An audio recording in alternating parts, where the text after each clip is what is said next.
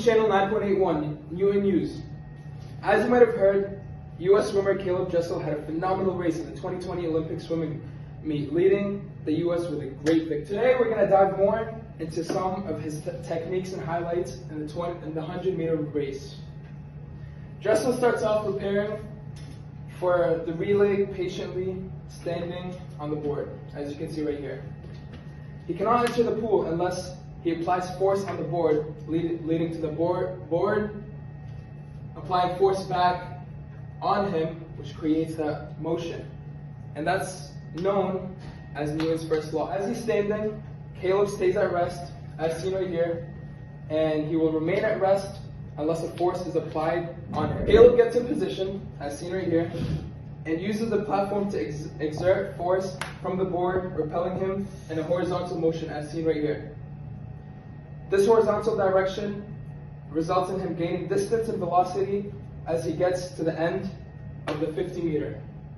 As seen here, he gets to the end of the pool at an astonishing 22.39 seconds. Again, Caleb uses the same techniques to exert more force from the wall, as seen right there. Using those techniques, the U.S. Olympian Caleb ends with an amazing and victorious win in the 2020 Swimming Olympics for the United States. Now let's dive deeper into the fundamentals and techniques that Caleb used to win this race. So in the beginning, Newton's first law states that an object in motion stays in motion unless it is stopped by another force. So an example of that is a ball rolling on the ground. It will keep moving on the ground at a constant speed unless something stops it, disregarding friction, of course. And in this instance, Caleb kept moving in the water using the same techniques of moving his hands, and which kept him at a constant speed, and there was nothing to stop him, so he just kept going.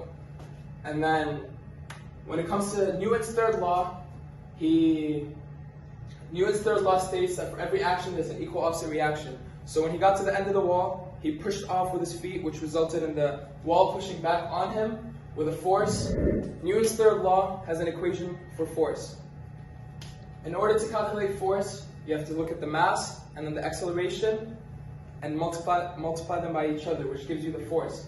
And in that instance, the force pushing back on the wall resulted in the acceleration of Caleb and the mass, and then it resulted in the same push back, which was equivalent. It's always going to be equivalent. And then for the horizontal jump in the beginning, an example of that is when a swimmer jumps off the base, and then the swimmer will jump in the shape of a parabola. That's due to gravity and due to the horizontal jump on the x-axis. And that's called projectile motion. It is the motion of a thrown object as it travels up, and then it is pulled back down by gravity, as explained.